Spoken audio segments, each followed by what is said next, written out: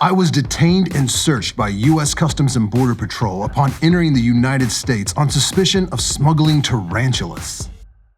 So I've been gone for the past 2 weeks. I just got back into the country. I have been in Peru on a Tarantula Expedition with Andes to Amazon Expeditions. I was invited by Tyler from the Spider Shop and Josh from Andes to Amazon to join them on a 10-day excursion going through the Andes Mountains of Peru, looking for rare, high-elevation tarantulas, many of which have been undescribed. So 2 days of travel time at the beginning and end of the trip equals to a solid 2 weeks. 14 days away from home, away from the studio, away from all of my animals. And it was an amazing experience. We found all kinds of really cool Hapalotremus, Urapelma, and Bistropelma tarantulas. Some have been described, some have not been described, some Josh had never even seen before his entire time in Peru. We did a lot of photography, a lot of videography. I have a 1 terabyte SSD that's filled to the brim with pictures and photos of this trip. And you'll be seeing all of this footage in upcoming videos, so make sure you're subscribed so you don't miss out. But I've been struggling trying to figure out how I was gonna tell this story. I've got so much footage, so many cool things happened, so many amazing species were found.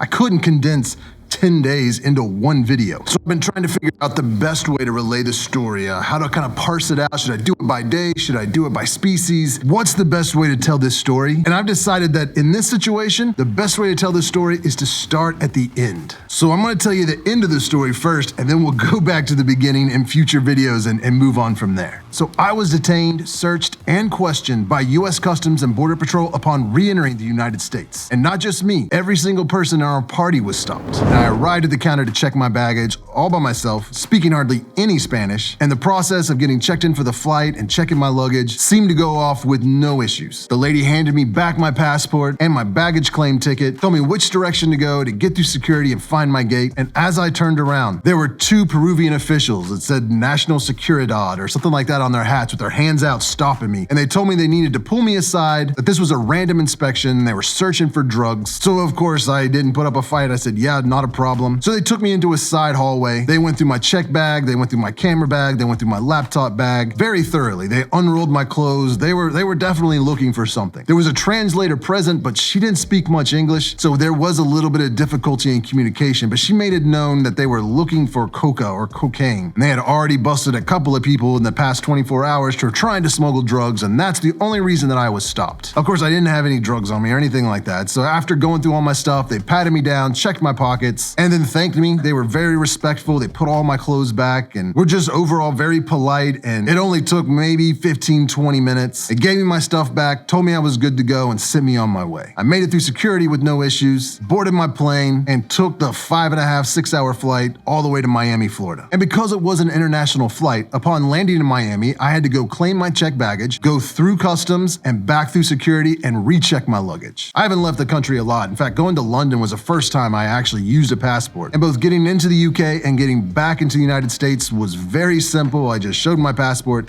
answered a few questions, and then I went on my way. I assumed that's what was gonna happen here. The lady asked me a few questions, she took my photo, looked at my passport, but instead of telling me to go on through to security, she asked me to step aside into a little box. Now, Ian and Sean were both behind me in line, and they were also stopped by the same Border Patrol agent. We were instructed to wait for a federal agent to come and collect us, which they did within a few moments, and they escorted us back into a little holding area. We were then brought into an even smaller room, asked a few questions, our passports were returned to us, and we were escorted into another waiting room and told to sit until we were called up to the desk. And no sooner had we sat down that I got called up to the desk. He asked me a few questions, looked over my passport, gave it back, and instructed me to go out this door and down the hallway and see the next agent, and they will give me further instructions, which I did. He instructed me to follow these green dots all the way down a hallway and around a couple of bends until I came in contact with the next group of customs officers. And right behind me were Ian and Sean, so they got through this process pretty quickly as well. Now I was taken out first, brought to a desk where the customs agent asked me where I've been, what I was doing. I explained that I was on an eco tour and I was taking photos and videos and kind of documenting these tarantulas in nature, and she asked me point blank, are there any tarantulas or spiders in your luggage? Of course I said no, because, I'm not a smuggler. She asked a few more questions about any food or anything else that I wanted to claim, and then instructed me to take all my bags and put it on this conveyor belt where it went through this heavy-duty x-ray machine. So they slowly inspected all of my luggage in this machine, and it came out the other side where another agent was waiting for me. And he put on some gloves and asked me again if there was anything in my bags that I wanted to claim or let them know that I had before he started searching. Now, it's important to note that through this entire process, right up to the point where I got up to the line to get through the border, there are signs everywhere, graphics on the TV screens, making it very clear that any video or audio recording is strictly prohibited and could result in arrest. In fact, you weren't even supposed to have your cell phones out or any type of electrical device. They seemed very serious about it, and as much as I want to document that experience, I was not about ready to catch a charge for filming where I shouldn't be filming, and they got their reasons for that, and I respect that, so I didn't film any of this. But during this process, they did ask multiple times who I was traveling with, and I tried to explain to them that, I live in West Virginia, I flew here by myself, I'm flying back by myself, but there were a few members of the group that also had the same flight to Miami, so there was 4 of us traveling together. Another one was going to New York, another one was going to the Pacific Northwest, so we had different flights. But it became very clear they knew all 6 of us had gone on this trip, and we had been in Peru together. They had our names, they had our travel information. We were definitely flagged, and they were looking for us. Now, the agent that I dealt with at the very end seemed a little new or unexperienced, so he ended up having to call his supervisor over to ask a few questions about the information that was on the screen that I couldn't see. But he did mention to her that I was one of the 6 people that had been flagged in their system, and he mentioned that there was a note to contact U.S. Fish and Wildlife Service offices in Miami if any animals were to be found in my luggage or on my person. So that was the first clue that Fish and Wildlife were the ones that were the reason we were going through this intense interrogation. And the supervisor explained to him that he doesn't need to contact Fish and Wildlife Service just because I came through security, and he only needed to contact them if any animals, specifically spiders, were found in my luggage. If I was attempting to smuggle tarantulas, then they would need to contact Fish and Wildlife and they would take it from there. So he went through my bag, he asked me a bunch of questions, very thoroughly went through my camera gear, looked at pretty much anything he could look at. Of course, there were no tarantulas or spiders or any kind of flora or fauna. In fact, the only thing he confiscated was some incense that I got.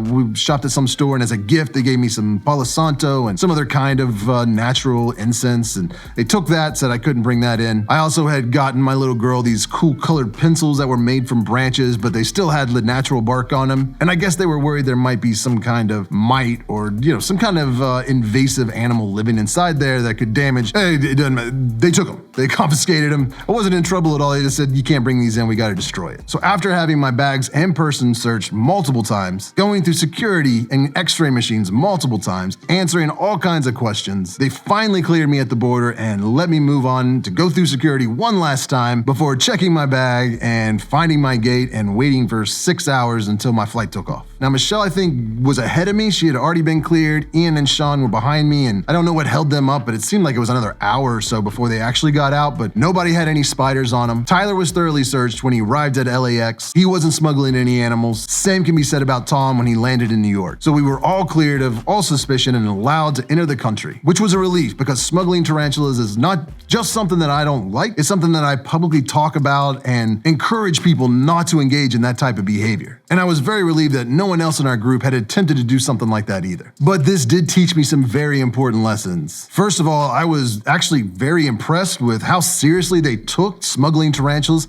in both Peru and the United States. Sometimes it seems like they really don't care about arachnids. They're mainly focused on fancy flowers or tropical fish or really colorful frogs. And of course, any type of mammal, like they love the mammals. But spiders and other arachnids and invertebrates always kind of seem to just be an afterthought, and it's not something they're actively looking for or prosecuting. So I was actually really impressed with how seriously both the Peruvian government and the United States Customs and Border Patrol took allegations of smuggling tarantulas. Sure, it was inconvenient. It wasn't a fun thing to go through, but it also, I kind of felt good. You can't just walk into a country, grab a bunch of tarantulas, and bring them back. There's going to be people looking for it. There's going to be consequences. It's not something that you should do or you should ever even consider doing. And even though I had done nothing wrong, it still was kind of nerve-wracking to just go through that process. Having your bag searched, being surrounded by federal agents, being questioned by federal agents. It was kind of scary, but I can say that the entire time they were nothing but polite, professional, and very respectful. As long as I showed them respect, they seemed to show me the same respect respect right back. And I also learned that this definitely was not a random search. They weren't really looking for drugs when they stopped me in Peru. They were definitely looking for spiders, just like they were definitely looking for spiders when we got into the United States. So why did this happen? There are a lot of possibilities. I mean, was somebody actually trying to smuggle tarantulas into the United States? Obviously, the answer is no, because we all signed a contract saying we wouldn't do that, and we were all thoroughly searched multiple times. So if anyone had as much as an egg sac or a tiny sling, they definitely would have found it. And that person would probably still be in custody, and it would be on the news, and it would be a whole big ordeal. Were we stopped because a couple of people in our group of 6 were very prominent tarantula dealers? That's possible. These 2 guys are some of the largest tarantula dealers in the United States. They're well known by Fish and Wildlife Service because they are constantly importing and exporting species. So maybe they were just automatically flagged out of precaution. But that doesn't explain why I was detained. I mean, I just make videos about it, but I am a public figure, so maybe I was automatically flagged. But Ian, Michelle, and Sean, they're just hobbyists. They don't really sell tarantulas. They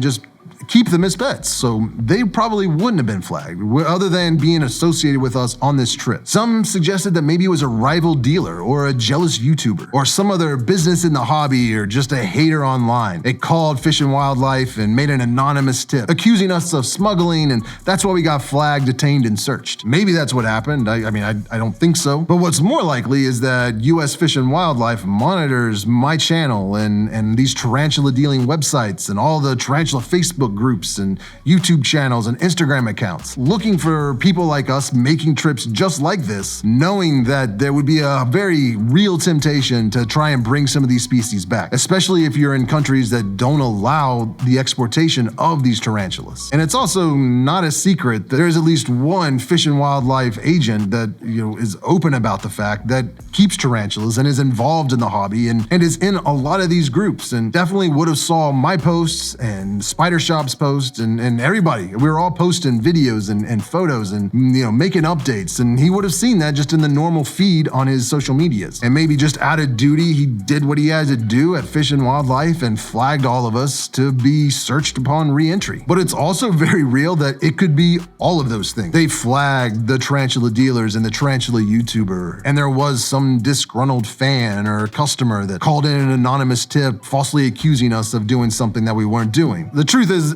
we'll never know. They're not going to tell us that information. All I can confirm is that Fish and Wildlife was involved with this whole process. But honestly, it doesn't even matter, because the only people to blame is ourselves. We all posted about taking the trip prior to actually leaving the country. I even made a YouTube video talking about it. We made it very public knowledge that we were leaving the United States to go to Peru with the express intention of looking for tarantulas. We made posts about our flight to Peru, about landing in Peru, about meeting up in Cusco. I had all kinds of reels I posted on Instagram and YouTube Shorts, minutes or hours after filming on my phone a species that we found living under a rock. We tagged each other in a lot of these posts. So any federal agent worth their salt could very easily see these 6 people are together and doing this thing. We shared the post widely. I mean, a lot of them were getting thousands, if not tens of thousands of views and likes and comments. So essentially, it was inevitable that Fish and Wildlife would see these videos. But all of this, all the posts and tags and shares and videos and photos, and undoubtedly and inevitably, all of this would have thrown up some red flags with Fish and Wildlife, which obviously would have led to us being flagged for inspection upon entering the country. Unfortunately, it wasn't until after this whole ordeal happened that I learned from people that take trips like this a lot that the best practice is to not broadcast that you're taking a trip like this. Don't post your plans to go to another country to look for tarantulas anywhere on social media before you leave. And definitely don't post any videos or pictures or check in anywhere while you're in that country. Hold all that content, as hard as it may be, until you're back safely into the United States, and then you can post it to social media. This will help you avoid getting flagged by Fish and Wildlife or U.S. Customs and Border Patrol or whatever the national security or police or border agents in the country you're visiting might be. And that way you won't get stopped, you won't get questioned, you won't get searched, you won't get delayed, and you won't possibly miss a flight, which almost happened to a few members of our group, but luckily I think everybody made their flights on time. Overall, it was a very time-consuming process, a little frustrating and worrisome, but also kind of enlightening. It was great to see that both the U.S. authorities and the Peruvian authorities took tarantula smuggling very seriously. It was assuring to know that no one in our group had attempted to collect and smuggle any tarantulas out of Peru and into the United States, and that we all acted honestly and responsibly. But I also wish that these authorities showed just as much concern concern and commitment when it comes to brown boxers who illegally collect and ship these animals out of their countries, whether they're going to Europe or the United States. The illegal removal of tarantulas from the wild is a serious concern, and illegally brown boxing tarantulas is not only a crime, but it stains the reputation of our entire community and hobby. Now, some countries make it very difficult or even impossible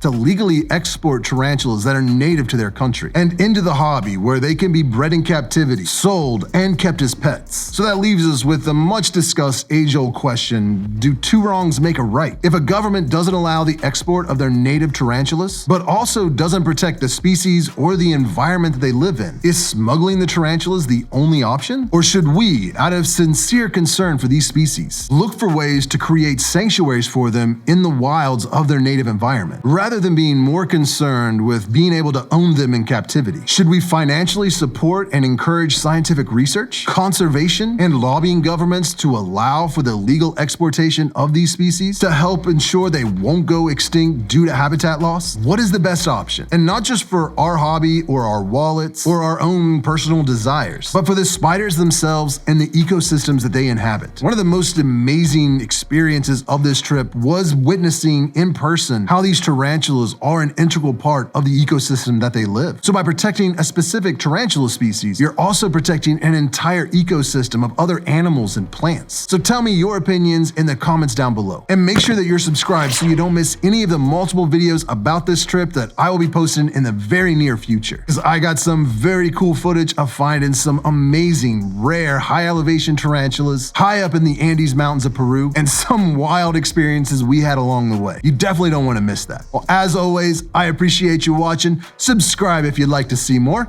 Thanks for buying Tarantula Collective merchandise, and I will see you next Tuesday.